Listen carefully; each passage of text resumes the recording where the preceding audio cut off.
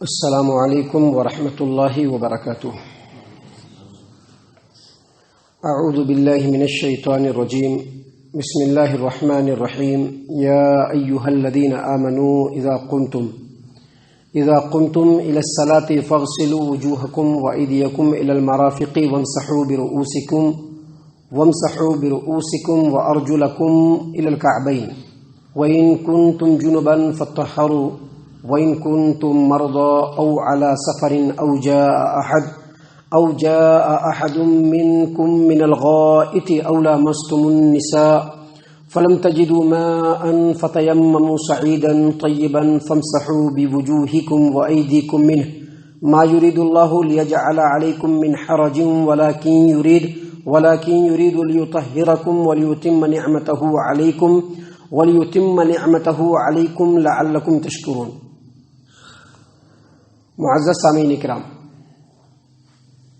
سب سے پہلے اللہ تبارک و تعالیٰ کا بے حد اور بے انتہا شکر و احسان ہے کہ اللہ تبارک و تعالیٰ نے ہم لوگوں کو توفیق بخشی ہے کہ ہم لوگ اپنی نیند کو چھوڑ کر اور گرم بستر کو چھوڑ کر مسجد میں اللہ تبارک و تعالیٰ نے جو کچھ بھی توفیق دی ہے حق ادا کرنے کی کوشش کرنے کے لیے ہم لوگ فجر کی نماز میں حاضر ہوئے، وگرنہ آج کے ڈیٹ میں بھی بہت سارے لوگ ہیں، بہت سارے احباب ہیں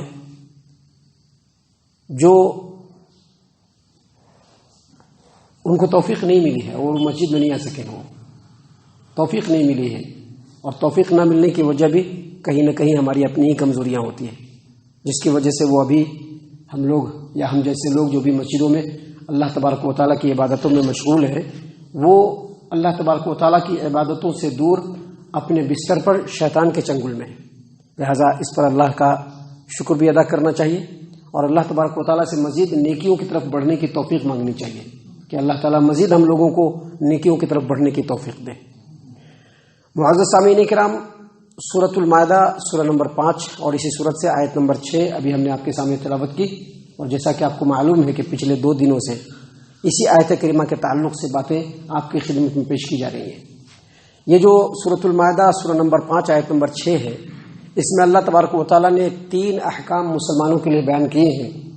پہلا، وضو کرنے کا حکم دیا ہے اور اس کا طریقہ نبی صلی اللہ علیہ وسلم نے بتلایا۔ دوسرا، جب غسل واجب ہو جائے تو غسل کرنے کا طریقہ، غسل کرنے کا حکم اللہ تبارک و تعالیٰ نے یہاں پر دیا ہے، اور غسل کرنے کا طریقہ نبی اکرم صلی اللہ علیہ وسلم نے بتلایا۔ یہ دونوں باتیں کل اور کل سے پہلے جو درس ہم نے آپ کے سامنے پیش کیا ہے، اس میں اس بات کو ہم نے اللہ کی توفیق سے آپ کے سامنے کمپلیٹلی واضح کر دیا ہے۔ آج کے اس درس میں اس آیت کریمہ کا جو تیسرا حکم ہے تیمم، اس کے بارے میں ہم آپ کو بتلانا چاہتے ہیں اللہ تبارک و تعالیٰ کے اس فرمان کی روشنی میں اور نبی اکرم صلی اللہ علیہ وسلم کی تعلیمات کی روشنی میں۔ اللہ تبارک و تعالیٰ نے فرمایا کہ وَإِن كُنتُم مَرْضَىٰ أَوْ عَلَىٰ سَفَرٍ أَوْ جَاءَ أَحَدٌ مِّنكُم مِّنَ الْغَائِطِ أَوْ لَامَسْتُمُ النِّسَاءَ فَلَمْ تَجِدُوا مَاءً فَتَيَمَّمُوا صَعِيدًا طَيِّبًا فَامْسَحُوا بِوُجُوهِكُمْ وَأَيْدِيكُمْ مِنْهُ۔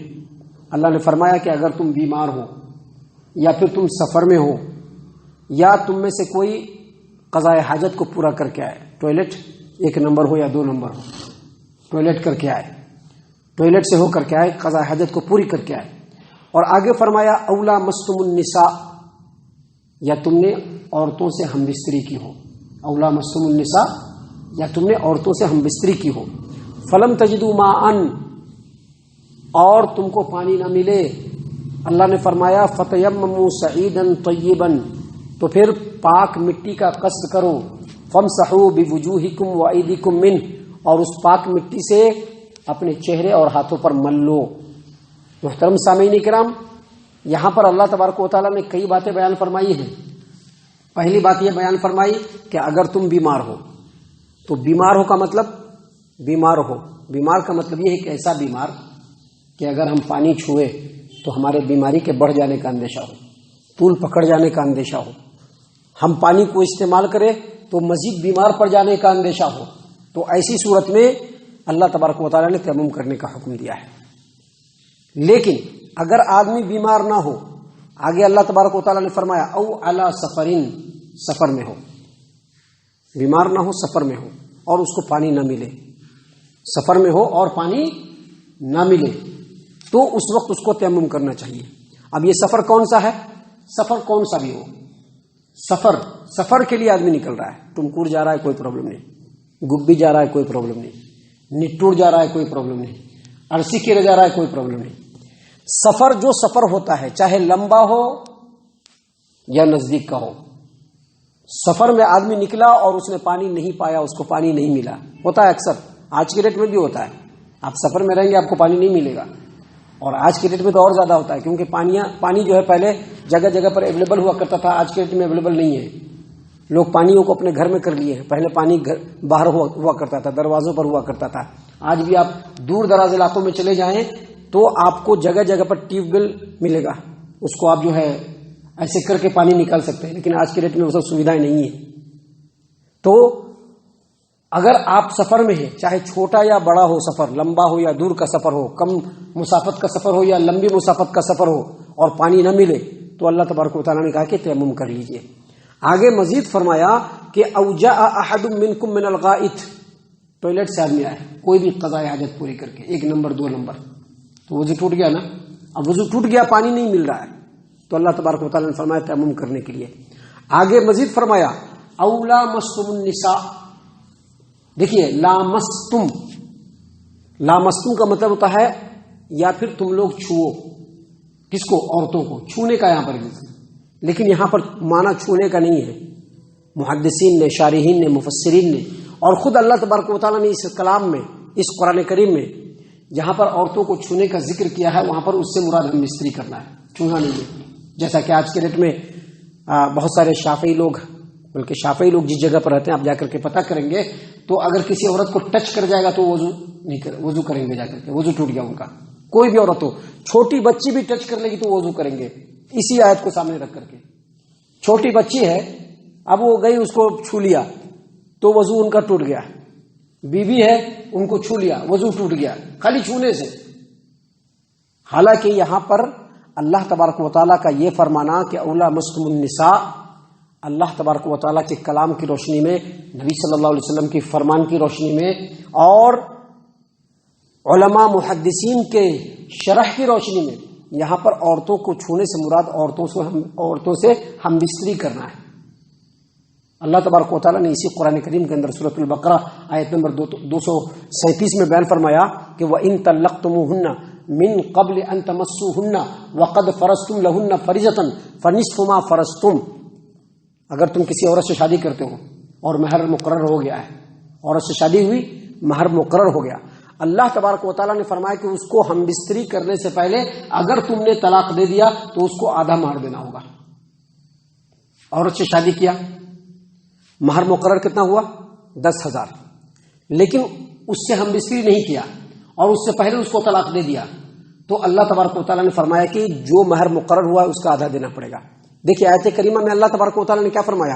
وَإِن طَلَّقْتُمُوهُنَّ مِن قَبْلِ أَن تَمَسُّوهُنَّ، مس کا مطلب ہوتا ہے چھونا، یہاں پر چھونے سے مراد خالی چھونا نہیں ہے، بلکہ چھونے سے مراد ہم بستری کرنا ہے، کہ ہم بستری کرنے سے پہلے اگر آپ نے اس کو طلاق دے دیا تو اس کو آدھا مہر دینا پڑے گا آپ کو۔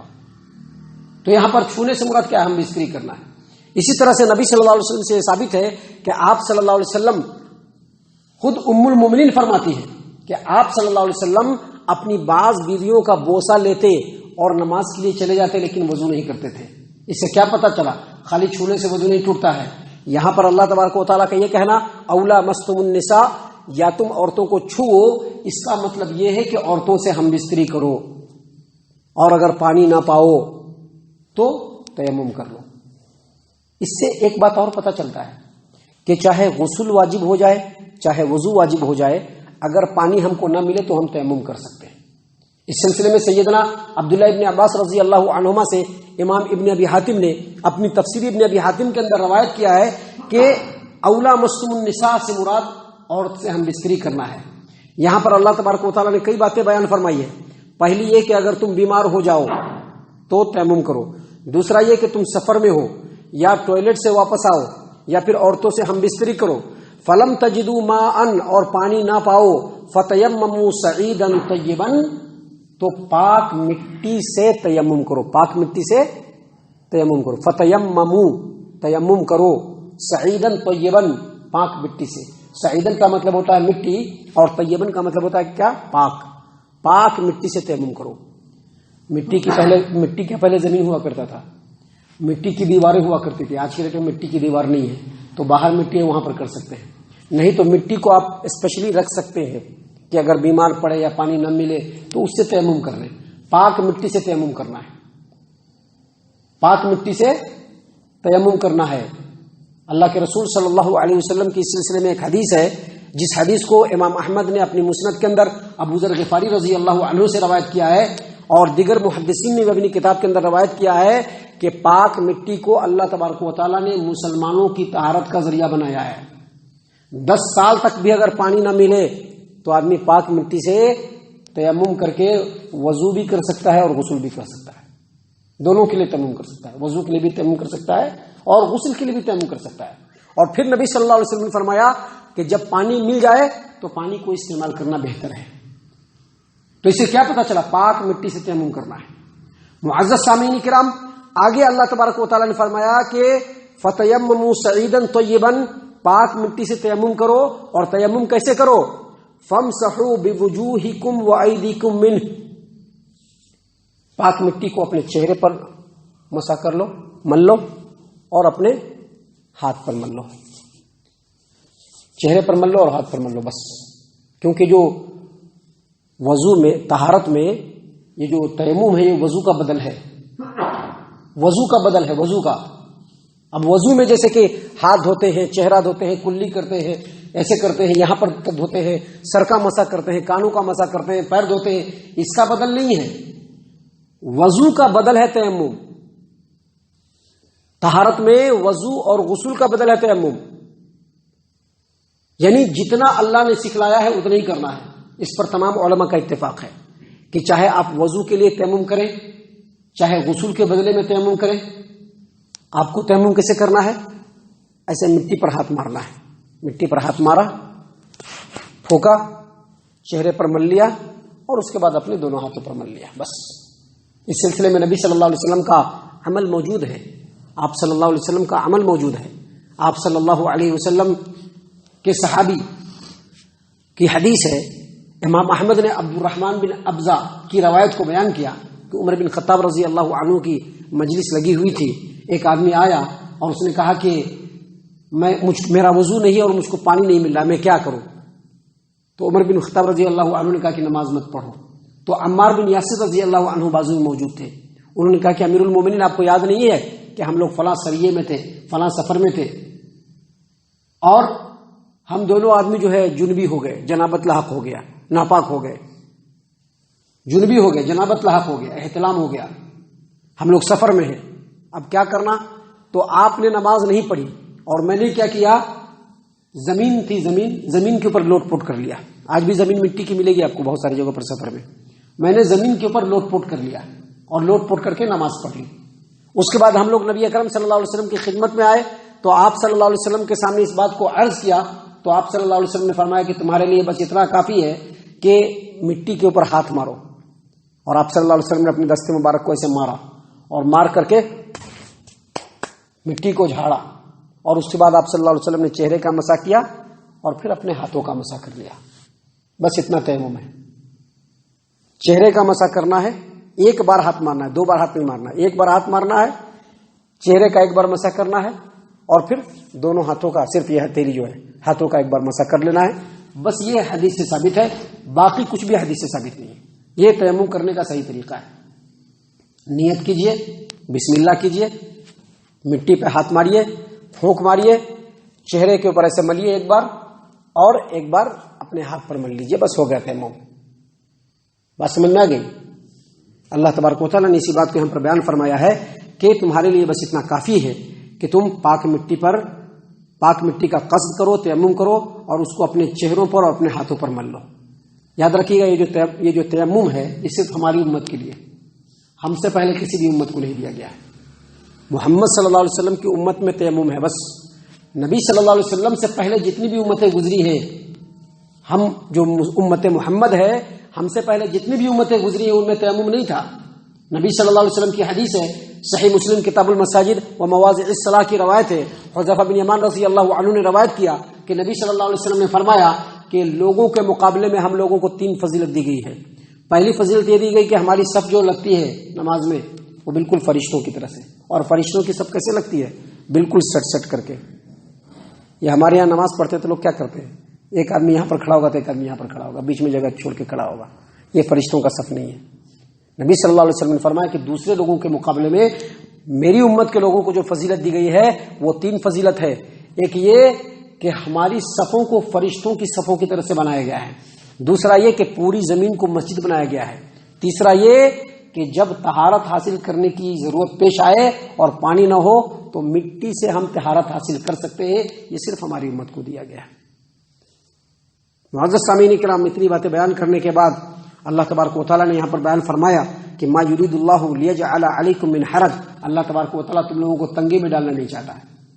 اب جو ہے آدمی کو پانی نہیں مل رہا ہے یا بیمار ہے اور پانی استعمال کرے گا تو وہ جو ہے پریشانی میں پڑ جائے گا، وضو کی ضرورت ہے یا غسل کی ضرورت ہے، پانی نہیں مل رہا ہے تو آدمی کیا کرے، تنگی میں پڑ جائے گا۔ تو ایسی صورت میں اللہ نے کہا کہ مٹی ہے، آپ باہر نکل جائیے، آپ کو مٹی مل جائے گا، یہیں پر مٹی مل جائے گا، آپ کو بہت دور جانے کی ضرورت نہیں ہے، آپ یہاں سے باہر نکلیے وہاں پر مٹی مل جائے گا۔ پاک جگہ دیکھ کر کے ہاتھ ماریے، اللہ کے حکم کے اوپر اطمینان کرتے ہوئے پاک جگہ دیکھ کر کے ہاتھ ماریے، پھونک ماریے، چہرے پر ملیے، ہاتھ پر ملیے، آپ کا تیمم کمپلیٹ، آپ آ کر کے آرام سے نماز پڑھ لیجیے، کوئی پرابلم نہیں ہے۔ اللہ نے فرمایا کہ اللہ تبارک و تعالیٰ تم لوگوں کو تنگی میں ڈالنا نہیں چاہتا ہے، بلکہ اللہ چاہتا ہے وَلَكِنْ يُرِيدُ لِيُطَهِّرَكُمْ، اللہ چاہتا ہے کہ تم لوگ پاکیزگی اختیار کر لو، تم لوگ پاک ہو جاؤ۔ اور اللہ تبارک و تعالیٰ یہ بھی فرماتا ہے وَلِيُتِمَّ نِعْمَتَهُ عَلَيْكُمْ، اور اللہ اپنی نعمت کو تمہارے پر مکمل کرنا چاہتا ہے، کیوں؟ تاکہ تم شکر گزار بن جاؤ، اللہ کی اطاعت و فرما برداری کرنے میں لگ جاؤ، اللہ کے حکموں کو پورا کرنے میں لگ جاؤ۔ اور یاد رکھیے یہ وضو کا کمپلیٹ، یہ تیمم کا کمپلیٹ طریقہ ہم نے آپ کو بتلایا ہے، وضو کا طریقہ بتلایا ہے۔ وضو کرنے کے بعد بھی اور تیمم کرنے کے بعد بھی دعا پڑھیے۔ دعا کیا پڑھیے؟